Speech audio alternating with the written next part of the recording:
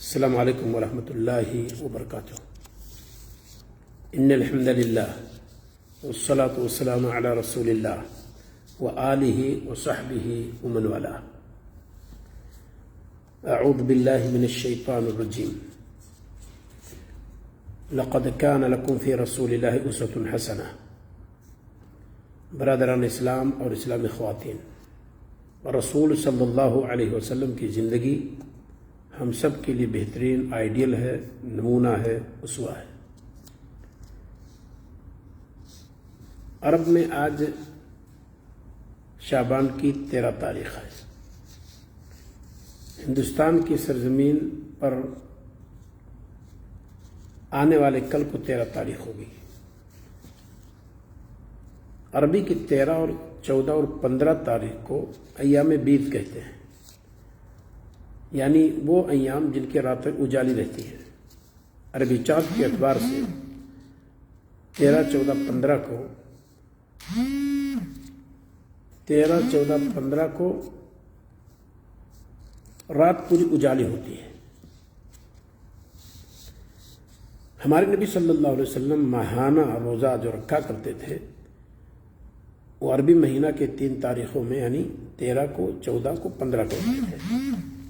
بہت سارے برادران ماہ شعبان میں، جہاں نبی صلی اللہ علیہ وسلم کی سنت ہے کہ بکثرت آپ روزہ رکھتے تھے، تو اگر ان سے بکثرت نہیں ہو پاتا ہے تو کم سے کم ایام بیض کا اعتبار کرتے ہوئے عربی کی 13، 14، 15 کو روزہ رکھتے ہیں۔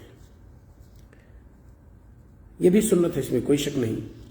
کچھ برادران ایسے ہیں جو صرف 15 تاریخ کو روزہ رکھتے ہیں، یعنی 15 شعبان کی رات کو شب بیداری کریں گے اور خود ساختہ کچھ عبادتیں کریں گے اور اسی طریقے سے دن میں روزہ رکھیں گے۔ اسی مسئلے کو لے کر کے میں آپ کے سامنے حاضر ہوں اور کچھ چیزیں اسی کے تعلق سے دوسرے گزار ہیں۔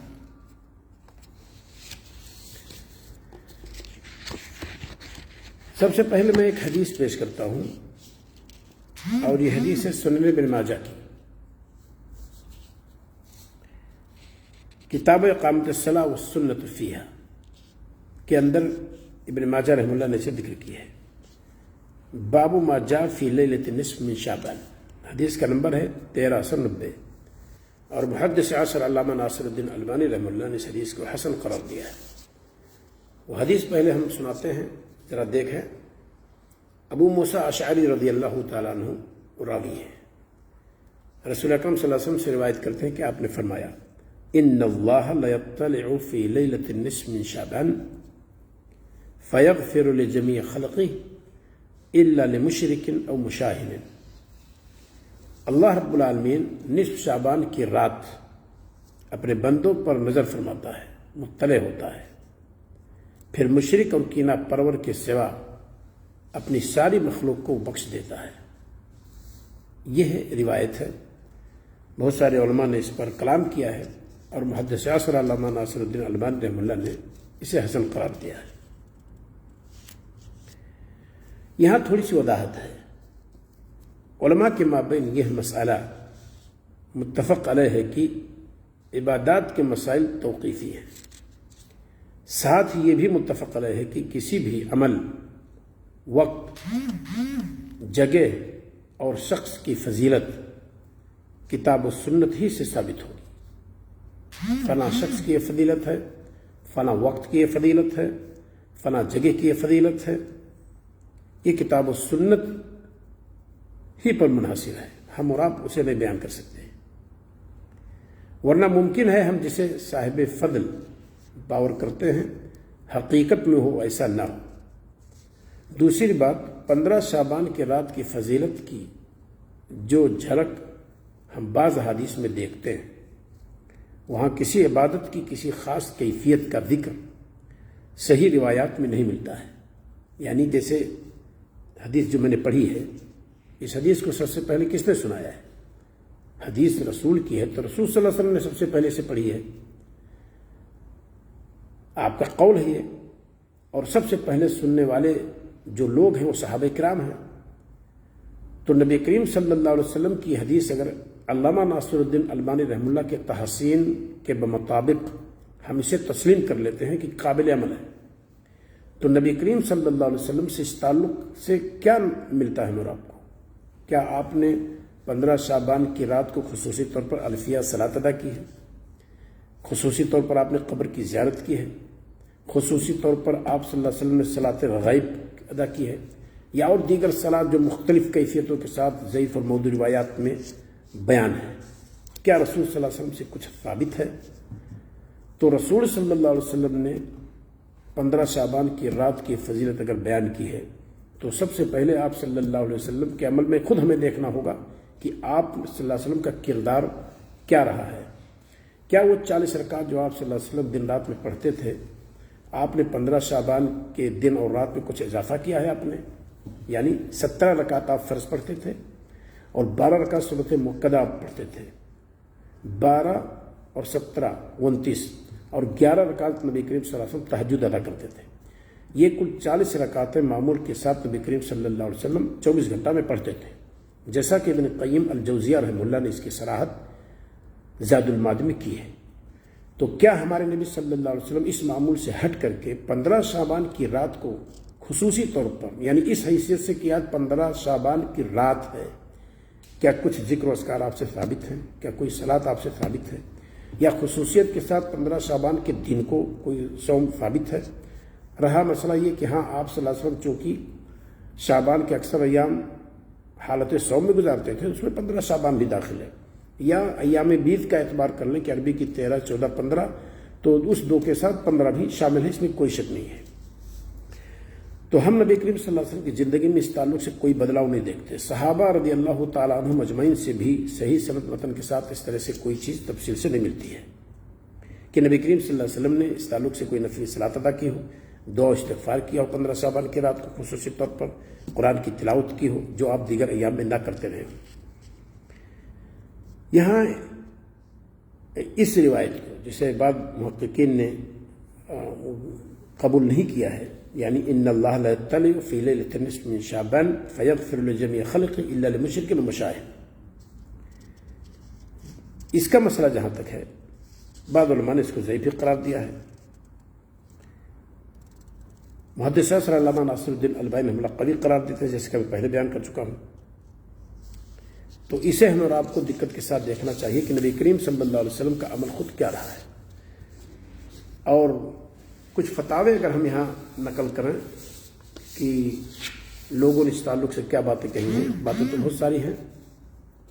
شرح مہذب میں مذکور ہے کہ صلاۃ الفیہ اور رغائب دونوں 15 شعبان کی رات کو مذموم، منکر اور قبیح بدعت ہے۔ اسی طریقے سے محمد بن ابراہیم عبداللطیف، شیخ محمد ابراہیم بن عبداللطیف آل الشیخ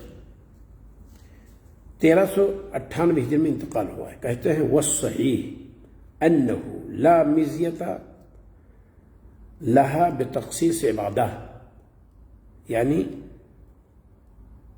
15 شعبان کی رات کو عبادت کے سلسلے میں کوئی خصوصیت اس کی نہیں ہے، اے لا مزیت لہا بتخصیص عبادہ، کسی خاص عبادت کا کرنا اس حیثیت سے اس رات کی کوئی خصوصیت نہیں ہے۔ دائمی فتویٰ کمیٹی سعودیہ عرب کا کہنا ہے وردت احادیث ضعیفہ فی قیام لیلۃ النصف من شعبان، 15 شعبان کی رات میں قیام کرنے کے تعلق سے بہت ساری ضعیف احادیث وارد ہیں، وصیام نہارہا، اور اس کے دن کو صیام کے تعلق سے وارد ہیں، تو انہوں نے بھی اس کو ضعیف قرار دیا ہے۔ فتاوی اللجنہ الدائمہ المجموعۃ الاولیٰ جلد نمبر 3 صفحہ 106 موجود ہے۔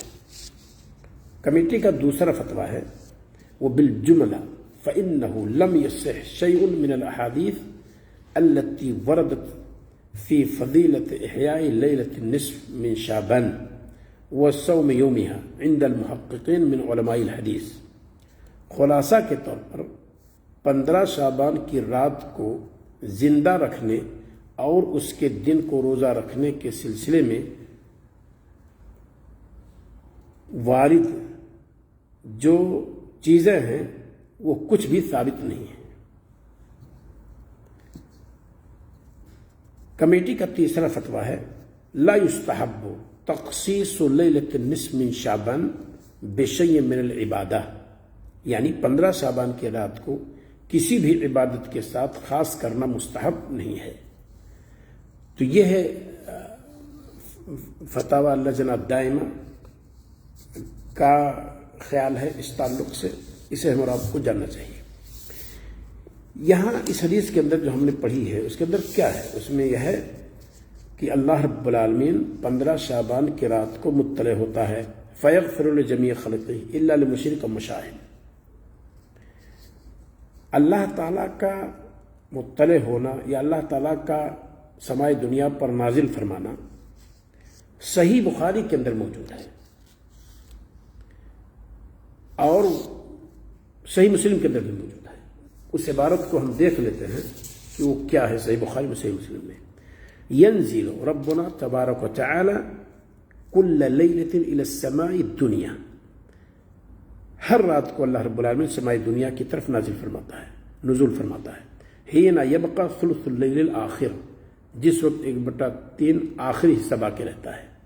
یقول من یدعونی فاستجیب لہ، آواز بھی آتی ہے اللہ رب العالمین کی طرف سے کہ کون ہے جو مجھ سے مجھے پکارے تو میں اس کی پکار کو قبول کر لوں۔ من یسألنی فأعطیہ، کون ہے جو مجھ سے مانگے تو میں اس کی جھولی بھر دوں۔ من یستغفرنی فاغفر لہ، کون ہے جو مجھ سے مغفرت طلب کرے تو رات کے پچھلے پہر میں اللہ رب العالمین سمائی دنیا پر نزول فرماتا ہے، اسی کو حدیث نزول کہتے ہیں، اور یہ حقیقت پر محمول ہے، یہ کوئی مجازی معنی ہے مراد نہیں ہے جو اہل سنت والجماعت کا عقیدہ ہے۔ صحیح بخاری کتاب التہجد باب الدعاء والصلاۃ من آخر اللیل، حدیث کا نمبر ہے 1145۔ امام نووی نے اس پر باب باندھی ہے، باب الترغیب فی الدعاء والذکر فی آخر اللیل والاجابۃ فیہ، 1808 نمبر کے تحت صحیح مسلم کے اندر یہ موجود ہے۔ تو اللہ رب العالمین تو ہر رات کو پچھلے پہر میں نزول فرماتا ہے، اور اگر دعاؤں کا مطالبہ ہے، دعائیں ہم کرنا چاہتے ہیں تو سب سے بہتر گھڑی ہے جب اللہ رب العالمین کہتا ہے کہ کوئی دعا کرنے والا ہمیں قبول کر لوں۔ مغفرت طلب کرنا ہے تو بخشنے کے لیے اللہ رب العالمین تیار ہے۔ تو اس اعتبار سے اگر 15 شعبان کو ہم کوئی عبادت کرتے ہیں تو یہ عبادت تو ہر رات کو ہونی چاہیے، کیونکہ اللہ رب العالمین کی طرف سے آواز بھی آتی ہے کہ ہے کوئی دعا کرنے والا میں قبول کر لوں، ہے کوئی مغفرت طلب کرنے والا میں اسے بخش دوں۔ تو اگر ہم بخشش چاہتے ہیں تو ہر رات کو اللہ رب العالمین کی عبادت ہم اس خاطر کریں کہ اللہ رب العالمین نزول فرماتا ہے۔ ایک بات یہ ہوئی۔ دوسری بات یہ ہے کہ اللہ رب العالمین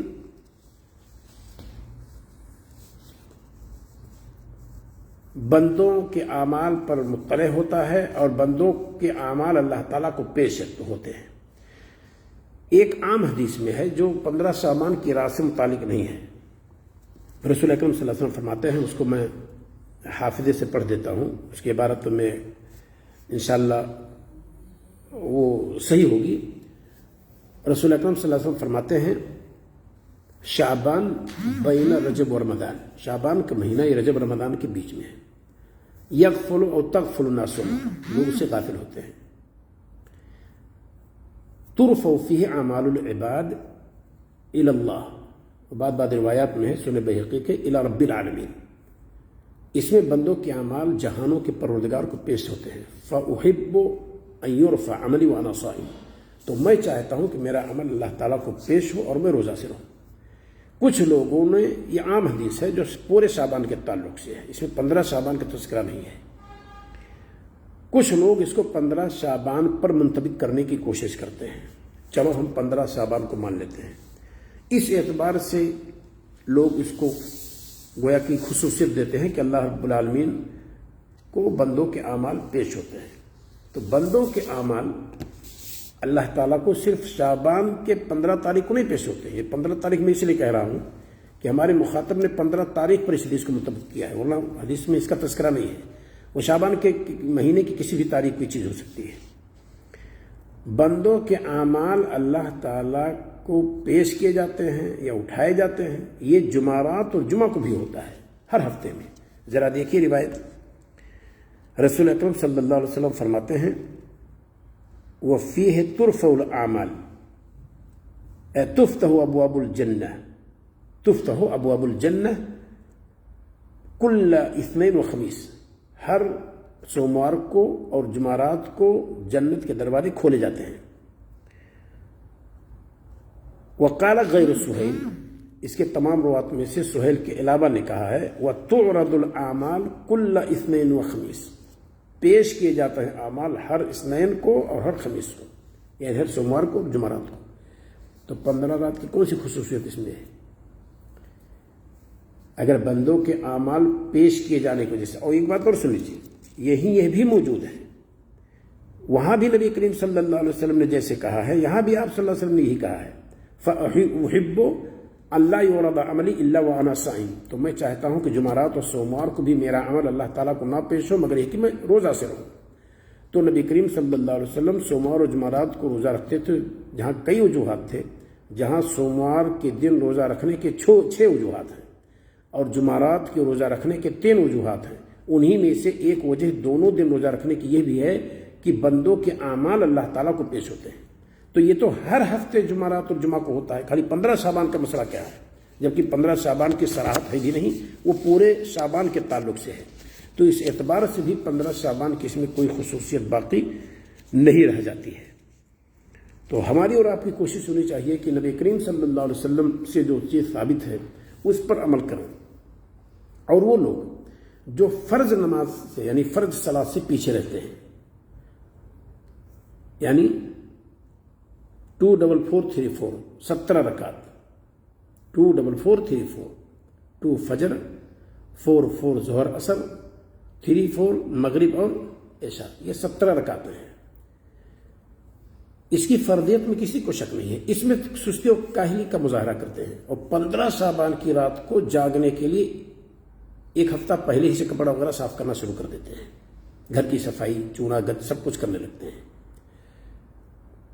ایک طرف یہ ہے 12 رکعت سنت موقدہ جو 5 صلوات سے متعلق ہے، 4 رکعت ظہر سے پہلے اور 2 رکعت ظہر کے بعد، بعد روایات سے 4 کا بھی ثبوت ہے، چلو ہم 2 مانتے ہیں، 4 ظہر سے پہلے، 2 ظہر کے بعد 4 2 6، 2 مغرب کے بعد 6 2 8، 2 عشاء کے بعد 8 2 10، 2 فجر سے پہلے 10 2 12، یہ سنت موقدہ ہے، اور اس کی فضیلت بیان کی گئی ہے کہ من حافظ على 12 ركعة في كل يوم وليلة بنى الله له بهن بيتا في الجنة، جس نے ایک دن ایک رات میں ان 12 رکعتوں کی محافظت کی، اللہ رب العالمین اس کے لیے جنت میں ایک گھر بنائے گا۔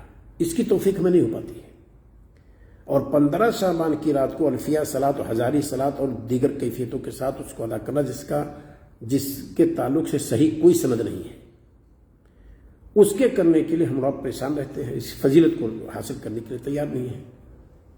تو یہ ہمیں اور آپ کو سوچنا چاہیے کہ نبی کریم صلی اللہ علیہ وسلم سے جو چیز ثابت ہے اسی کو عبادت کہیں گے۔ نبی کریم صلی اللہ علیہ وسلم نے کوئی چیز چھپایا نہیں ہے، سب کچھ آپ صلی اللہ علیہ وسلم پر جو آیا اور آپ نے پہنچا دیا، اور صحابہ کو حاضر کر کے مخاطب کر کے آپ نے فرمایا حل بلغت، کیا میں نے پہنچا دیا؟ تمام صحابہ نے کہا کہ قد بلغت ونصحت الامہ یا رسول اللہ، اے اللہ کے رسول آپ نے پہنچا دیا اور امت کے ساتھ بڑی خیر خواہی کا مظاہرہ آپ نے کیا ہے۔ اس شہادت کی انگلی کو رسول اکرم صلی اللہ علیہ وسلم نے اوپر اٹھایا اور کہا اللہم اشہد، اے اللہ تو ان پر گواہ رہا، 3 مرتبہ آپ نے اسے کہا۔ تو ہمارے نبی صلی اللہ علیہ وسلم نے 15 شعبان کی رات سے کے تعلق سے کسی خاص عبادت کے تعلق سے آپ پہنچائے ہوتے تو اسے بھی ہم آپ دیکھتے، لہذا ہماری اور آپ کی کوشش ہونی چاہیے کہ ہم وہ عمل کریں جو نبی کریم صلی اللہ علیہ وسلم نے کی ہے۔